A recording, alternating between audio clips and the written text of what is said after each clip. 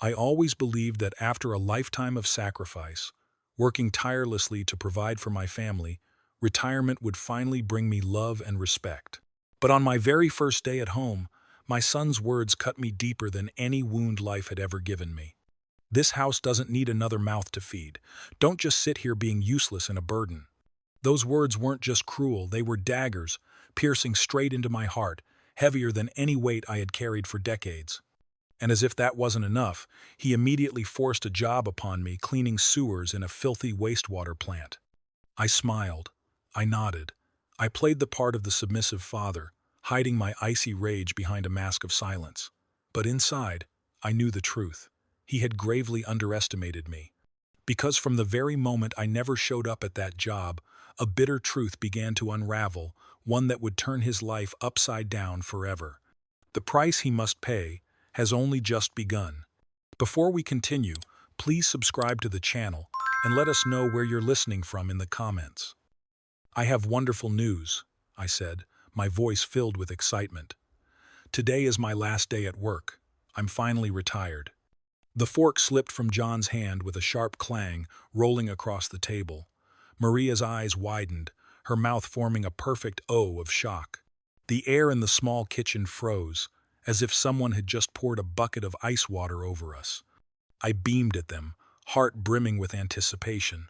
On the drive home, I had pictured this moment, my son patting me on the shoulder, my daughter-in-law smiling in congratulations, maybe even all of us raising a glass of the cheap wine we had saved for special occasions. But instead, the silence stretched into a bottomless abyss, cracking my joy little by little. John was the first to break the silence. His face flushed crimson, veins bulging at his temples. His voice burst out, sharp and cold as a whip. "Are you kidding me? You think you can just quit whenever you feel like it? After 50 years, now you're dumping everything on us?" I exhaled slowly, trying to stay calm. "Son, I've given 50 years of my life to work, 8 hours a day, sometimes 12, through storms and sleepless nights, never once backing down. I thought taking some rest now was only natural." "Natural?" Maria cut in, her voice sharp as a blade, slamming her glass on the table with a crack. "Do you think retirement means sitting here freeloading off us? You're only 73, not 95. Out there, people your age clean sewers, haul trash, scrape by, yet you think you can just sit back and let others feed you." I froze. Her words struck me like a knife to the chest. John leaned forward, his voice low and bitter, nothing like the son I had raised. "I work 60 hours a week at Anderson Steel just to support this family, and you think you can just dump your responsibilities, lounge in this house, and spend our money?" "But I stammered, collapsing inside. "For 50 years I bent my back, weathered storms, worked these calloused hands to raise you, feed you, give you an education, a home, a future." "Enough!" John slammed his palm on the table. "That was your duty, not some favor to brag about. Stop dragging up the past. Starting tomorrow, you'll find a job. Sewer work, garbage collection, heavy lifting, anything. They'll hire anyone, no diploma, no age limit. If you think you'll sit here while we feed you, you're dead wrong." Maria nodded, her tone dripping with mockery. "I know plenty of women whose fathers are older than you, yet they still work. The only difference is they don't have children to support them." I sat in silence, despair pressing down like a crushing weight. Each word they hurled was another hammer blow, shattering the image I had held of a retirement filled with love and respect. The smell of roasted ribs, my favorite dish, still lingered in the air. Yet under the harsh glow of the fluorescent light, the meat seemed dry, tasteless, lodged in my throat. "You're right," I whispered, my voice almost fading away. "Maybe I should have discussed this with you first." John's anger eased slightly when he saw the defeat in my eyes. "Reality is reality. We can't afford to support an old man like you." Parasite, old man. Those words echoed in my head as I nodded, feigning agreement, hiding the searing wound inside. "Good," Maria said coldly, gathering the dishes. They both left for the living room. The television beeped to life, voices from the screen mingling with their shallow laughter as if nothing had happened at all. I sat frozen at the dinner table, staring at the empty chairs. The house sank into silence, broken only by the creak of old wood and the distant barking of a dog. Everything looked familiar, yet inside me, everything had changed forever. Slowly, I stood and finished clearing the remaining plates. My hands moved by habit, but my mind was drowning in despair. 50 years of sweat, health, and youth poured into holding this family together, and in the end, I was left with just 2 words: a burden. I turned off the kitchen light and walked to my small room at the far end of the house, leaving behind the glow of the television and the hollow laughter of my son and daughter-in-law. That little room would be where I spent the night, and perhaps the place where something new would begin, something they never saw coming. I lay still on the narrow bed, still in my clothes, eyes fixed on the ceiling where the headlights of passing cars cast shifting, ghostly patterns. The house gradually sank into the quiet of night, but my mind was a storm, swirling endlessly with the cruel words thrown at me during dinner. 50 years of silent sacrifice, and this was my reward, my own son branding me a freeloader. The room was nearly bare. A torn mattress, a second-hand lamp yellowed with age, salvaged from the dump, and a wooden dresser eaten through by termites, passed down through generations. On its dusty surface sat scattered family photos: John's graduation, his wedding, holidays that had once seemed happy. Tears welled in my eyes, my throat constricting, my heart splintering into 100 shards. I tried to bury the pain deep inside, but it pressed down on me so heavily it was suffocating. Suddenly, a booming voice tore through the paper-thin walls, each word sharp and cutting into my ears. I rolled over, straining to listen. John and Maria were talking about me. Unbelievable he would even say such a thing. John spat, his voice harsh. Those 50 years were nothing more than a father's duty. He shouldn't dream of leaning on me now. My heart sank. Maria's voice followed, choked yet icy. And what if he refuses to work? What if he just sits around watching television all day? Then we'll take his pension and send him straight to a nursing home. I'm tired of feeding a useless mouth. The words crashed down on my chest like a boulder. Nursing home. Parasite. My fingers dug into the thin blanket, knuckles popping. Moonlight crept through the cracks of the window, illuminating my wrinkled, trembling hands. Maria's voice cut again, each word like a blade. He's been freeloading here for 2 years since his wife died. Odd jobs here and there, but nothing that truly supports this family. John snapped back, sharp and bitter. The old man doesn't understand how expensive everything is now. Food, electricity, insurance. He still thinks it's the 1950s. Then we give him a deadline, Maria said coldly. 1 week to find a job. Otherwise, he's out of this house. Perfect. And if he complains, we'll remind him beggars can't be choosers. Their laughter rang through the wall, cold and merciless, each note slicing deeper into me. I lay there, swallowing every cruel word, every mocking laugh, every invisible blade tearing my heart apart. Poverty, that was the truth of it.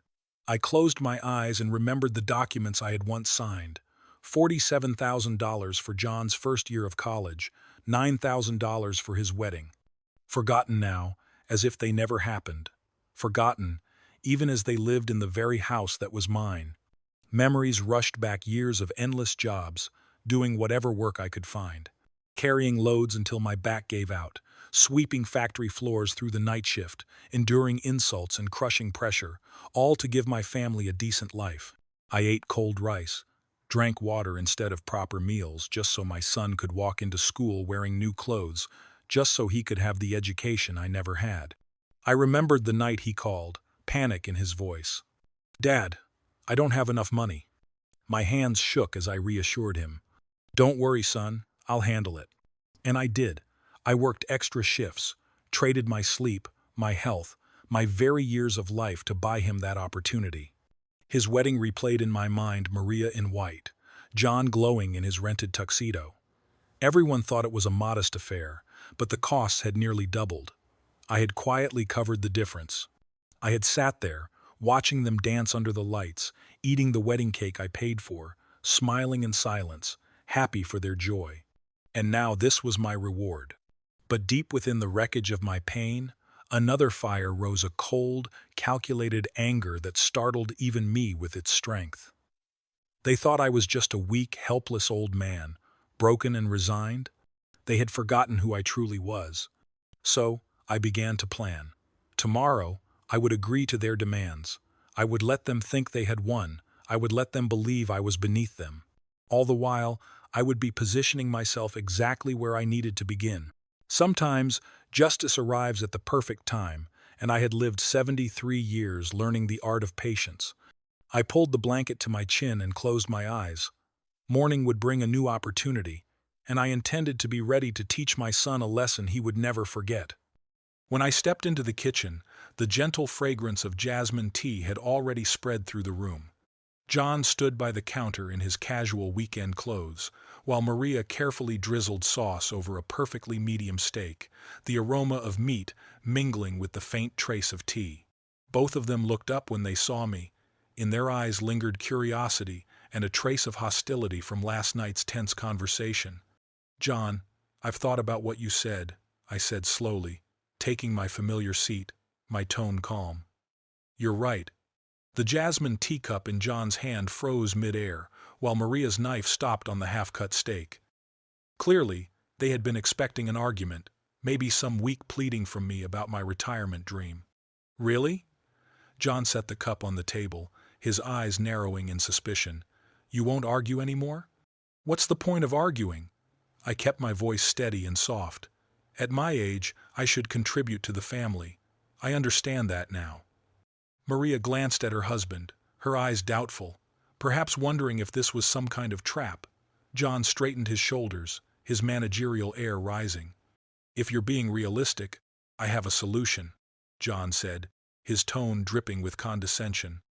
"At my company, Anderson Steel, there's an opening for a janitor."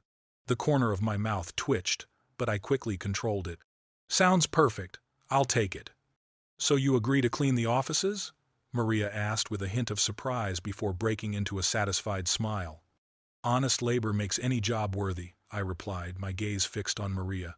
"When do I start?" John puffed out his chest, basking in his newfound authority. "Monday morning, 8 o'clock sharp. You'll be the ideal candidate. No complaints, obedient, grateful for the opportunity." He paused, then emphasized each word. "Minimum wage, of course.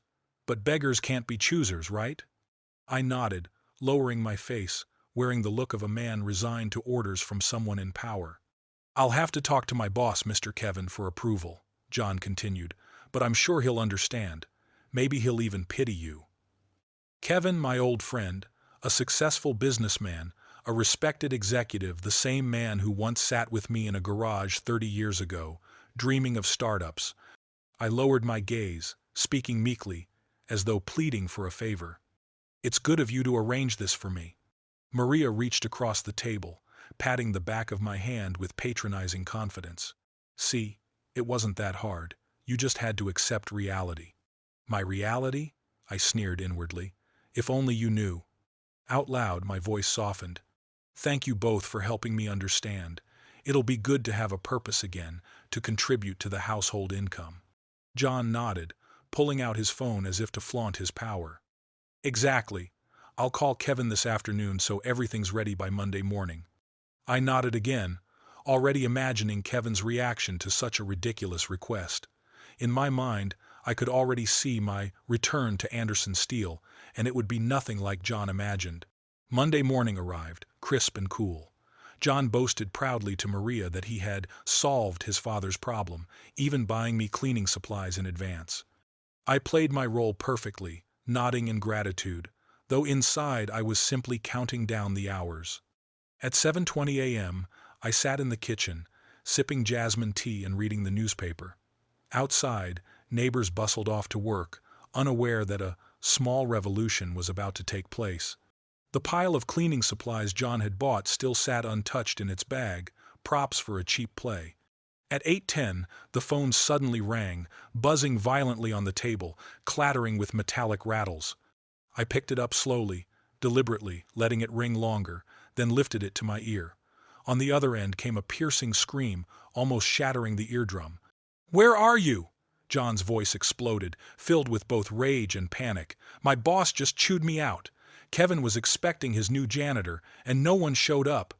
I lowered my face like a man humbly receiving orders from a superior. Oh dear. I pretended to panic. What time was I supposed to be there? 8 o'clock! John roared, the sound nearly bursting in my ear. You promised all week. How could you forget? I hesitated, deliberately driving him madder, then replied weakly. I'm sorry, John.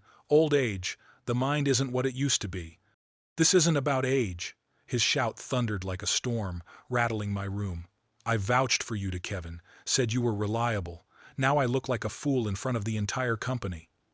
I furrowed my brow, picturing John being humiliated by Kevin's sharp words in front of his colleagues. I truly apologize.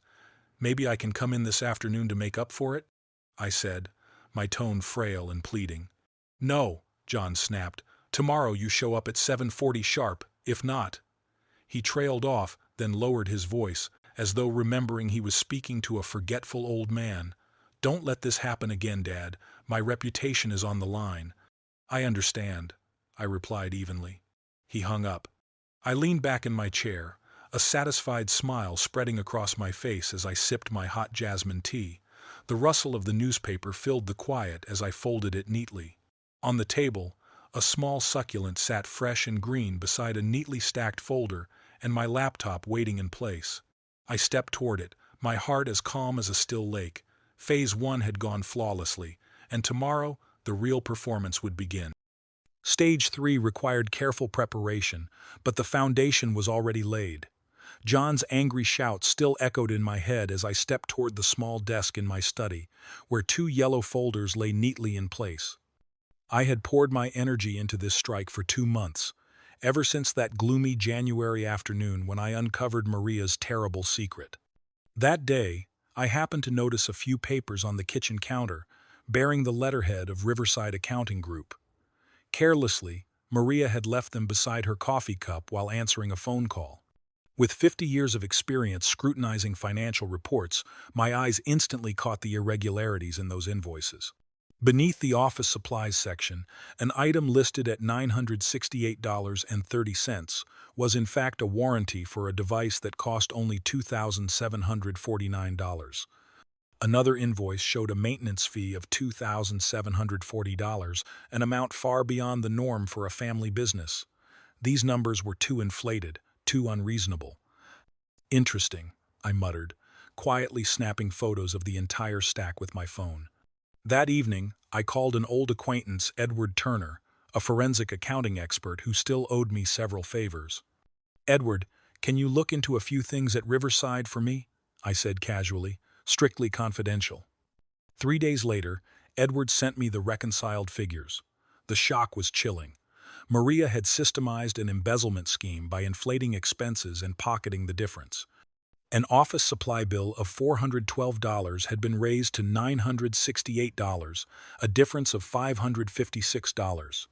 A piece of equipment worth $647 had been raised to $2,749, and many more invoices had been blown up into outrageous sums. In total, over 8 months, Maria had siphoned off more than $63,000 from the company. Not enough to trigger automatic audit alarms, but plenty to fund her luxury handbags, wild nights out with her wealthy friends, and endless indulgence. She no longer bothered showing up to work on time, her debts piled up, and at home, she simply crossed her legs and lazed around, dumping everything on me, the man they called a burden. I drafted an anonymous email. Dear Mr. Robert Mason, I am writing to report serious misconduct within the accounting department. Mrs. Maria Cook has systematically embezzled funds by inflating office supply costs, fabricating equipment maintenance charges, and creating fictitious vendors. The estimated total embezzled: $63,000. Enclosed are all supporting documents comparing falsified reports with original invoices. I strongly recommend an immediate audit. I hit send. The verdict on Maria's career was officially in motion. Just days later, Riverside Accounting Group suspended Maria from her position. The news exploded like a bomb within the family. But it didn't stop there. Police knocked on my door one stormy afternoon, heavy rain whipping the trees against the house. Two stern investigators demanded Maria cooperate with questioning. She feigned trembling, covered her face, sobbed for forgiveness, playing the role of the poor victim, but I knew it was nothing but theater. As the police questioned her, creditors and even a few mobsters appeared at the house. Maria's face drained of color as they waved loan papers. She had signed massive debts she had taken out for parties, shopping sprees, and her lavish lifestyle. They shouted, slammed tables, and demanded repayment, turning the once quiet home into sheer chaos. Sitting calmly in my study, I watched the pandemonium unfold in the living room. Everything was under control. I had already hired a private investigator, gathered airtight evidence from attorneys, and set up anonymous accounts to corner both Maria and John. They thought I was old and powerless, but they had no idea that I held their entire fate in my hands. Maria was suspended. John lost his financial support. Worse still, I discreetly sent a dossier to John's company, exposing his connection to his wife's fraud. The result, John was fired within the week. When he returned home, John looked like a broken man. He could hardly stand, his eyes bloodshot, holding back tears of humiliation. Husband and wife, once living high above, had now crashed straight into the abyss, buried in debt, careers destroyed, reputations ruined. I sat back, brewed a pot of hot tea, and waited calmly. That morning, John lost his pride. By afternoon, Maria lost her career. By evening, both faced the police and the mob. They once thought they could toss me into a nursing home, but now they understood the true power of a man with 50 years of business experience, not only their father, but a strategist who knew how to teach his children the final lesson of their lives. The front door slammed shut at 7:22 p.m., followed by the sharp, frantic clatter of high heels against the wooden floor. I looked up from the evening paper, feigning surprise at Maria's hurried steps. She appeared at the living room doorway, face streaked with tears, mascara smudged beneath bloodshot eyes. Her usually flawless appearance was in ruins. A wrinkled blouse, hair tumbling loose from its bun, trembling hands clutching her handbag. "What's wrong, Maria?" I set the newspaper aside, half rising from my chair with a carefully practiced air of concern. "Why are you crying?" "I'm about to be fired." The words burst out between ragged sobs. "Someone sent my boss, Robert Mason, some documents, financial records. They think I stole." That's terribly unlucky." I stepped closer, my voice artfully blended with shock and sympathy. "Who could do such a thing?" She collapsed into the chair opposite me, composure utterly shattered. "I don't know. Someone anonymously sent Robert Mason detailed evidence this afternoon. Bank statements, expense reports, everything laid out like a forensic investigation." I leaned back again, keeping my expression concerned and bewildered, while inwardly memorizing every detail she revealed. "That sounds awful. What exactly are they accusing you of?" "They say I inflated expense reports, created fake invoices, used the company card for personal shopping." Her voice cracked completely. "Brian, they have everything, dates, amounts, even photos of the documents." Interesting. Robert Mason had moved quickly, confronting her just hours after receiving my email. A competent businessman clearly understood that embezzlement had to be handled without delay. "But surely this is just a misunderstanding," I said gently. "You're an honest person, Maria. Everyone who knows you would say the same." "That's the problem." She leaned forward, desperate. "The evidence is too detailed, too specific. Whoever did this has been tracking me for months, recording everything, like they knew exactly what to look for." Indeed, they did. "Have you told John yet?" I asked, showing just the right measure of concern. Her face twisted further. "No, how could I? He's already stressed about work, and then your refusal to show up at that job on your first day." She lifted her tear-streaked eyes to me, pleading. "Brian, what am I going to do? If they fire me, if I'm prosecuted, we'll lose everything." "Calm down," I said, resting a fatherly hand on her shoulder, the gesture of an old man offering comfort. "The family will find a way. That's what families do, isn't it? Support each other?" How ironic. The same woman who once laughed about putting me in a nursing home now sought comfort from the man she had planned to discard. "They've suspended me while they investigate," she continued, blowing her nose into a tissue, her sniffles endless. "Robert Mason said the evidence is too clear to ignore. They'll hire independent auditors to comb through every transaction I've handled over the past year." Ender, independent auditors. Kevin must have erased every trace when helping me gather the initial evidence. The original reports he provided would align perfectly with my anonymous allegations. Is there any way to settle this quietly? I kept my voice helpful. "Perhaps you should speak to Robert Mason directly. Explain your perspective." "My perspective?" She gave a bitter laugh. "What perspective? Documents don't lie, Brian. Someone has built a watertight case against me, and I don't even know who or why." The sound of John's car pulling into the driveway cut through her despair. We both heard his dragging footsteps, the long scrape of his shoes against the floorboards, echoing up the staircase, eerie, oppressive. The jangle of keys turned in the lock. "Let me tell him myself," Maria whispered urgently. "He'll fall apart." I nodded sympathetically, settling back to enjoy the evening's finale as John's voice called from the door. "Maria, Dad, I'm home." His heavy footsteps thudded through the hallway, each step carrying the weight of a weary day. When he entered the living room, his tie hung crooked, skewed far off center, his shirt stained and deeply creased. His expression shifted instantly from exhaustion to sharp suspicion at the scene before him. "What did you do to her, old man?" He dropped his briefcase, nearly lunging at me, then swerved to clutch Maria instead. "I come home to find my wife crying, and you just sit here like nothing's happened." "John, I didn't do anything," I began, keeping my voice calm despite his accusatory glare. "Stop lying!" His voice rose to a roar, eyes wild. "First, you embarrassed me at work by not showing up. Now you've driven Maria to tears. Are you trying to destroy our lives?" Maria weakly interjected, her voice breaking. "John, please, it's not your father." "Then what is it?" John snapped at her, interrogating. "Why are you crying? What happened?" "Abel for Mary. They want to fire me." Her words spilled out like a dam breaking. "Someone sent Robert Mason anonymous evidence accusing me of embezzlement. They've suspended me while they investigate." John's face drained of color, as though every drop of blood had vanished. He collapsed into a chair, trembling, then sprang up again, jabbing a finger at me in frenzy. "It was you! You did this! Who else could it be?" He lunged forward as if to attack, and Maria frantically grabbed his arm, holding him back from striking me. I remained seated, gaze steady, my voice warm and reassuring. "John, calm down. I never wanted either of you to suffer." But inside, I was smiling in satisfaction. He screamed in my face.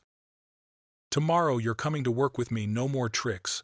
If you refuse, I swear I'll sign the papers to put you in a nursing home, and this time you won't escape." The air in the house thickened, chilling, oppressive. Even the walls seemed to hold their breath. 3 people sat there, each carrying their own private burden, yet none of them knew it all traced back to the same hand. Morning came too early for John, but I had slept a peaceful night. Deep down, I knew this would be the final act of the carefully staged play.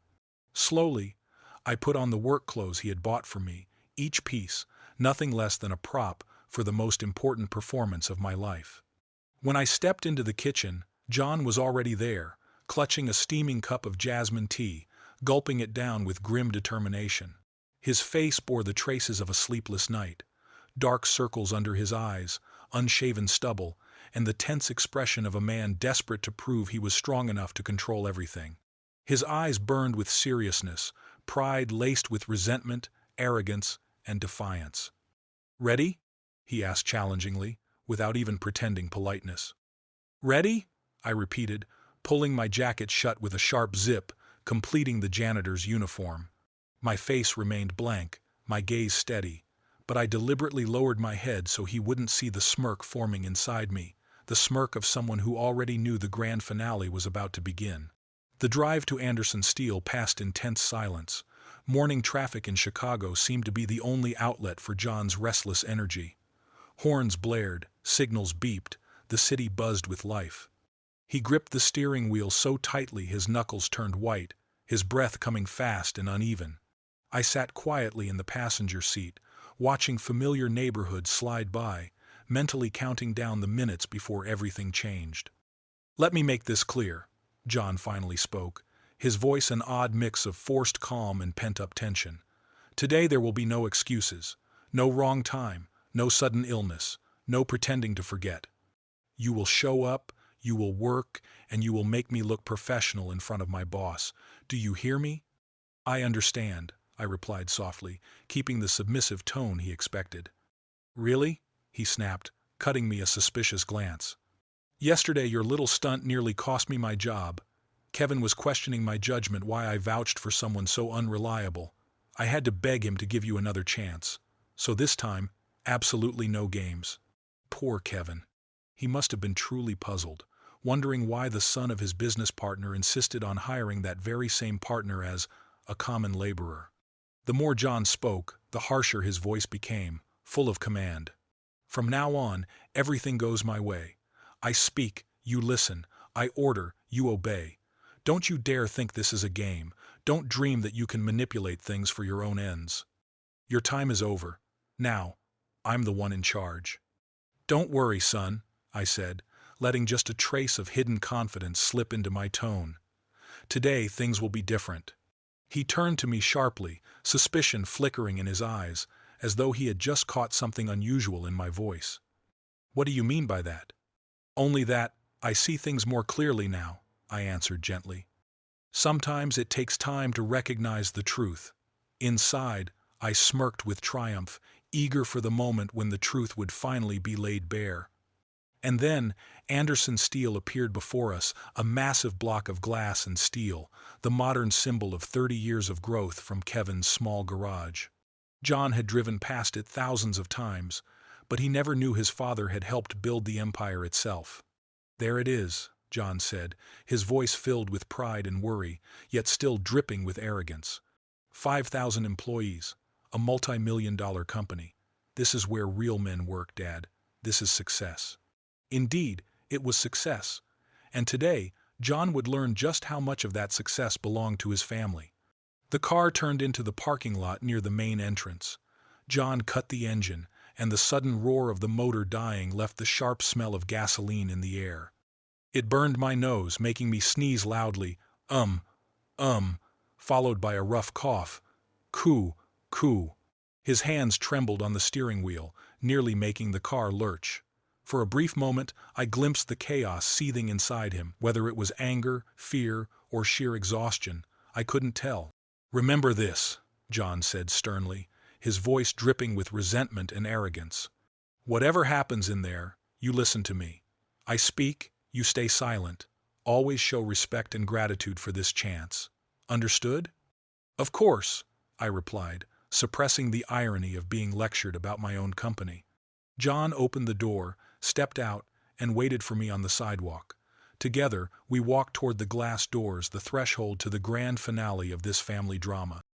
In less than 10 minutes, John Cook would finally learn who his father truly was.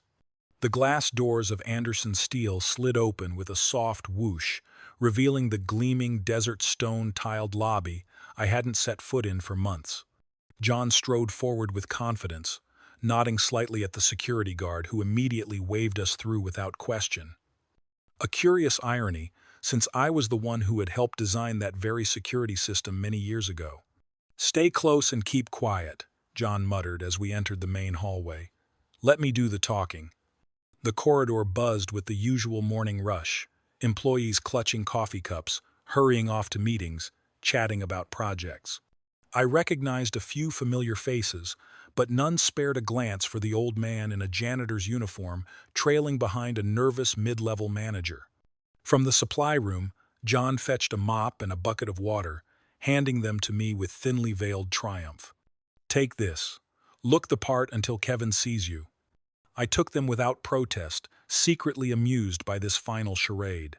Around me, the company I had helped build moved on, as always reports being analyzed, decisions made, profits flowing in from investments I had poured money into decades ago.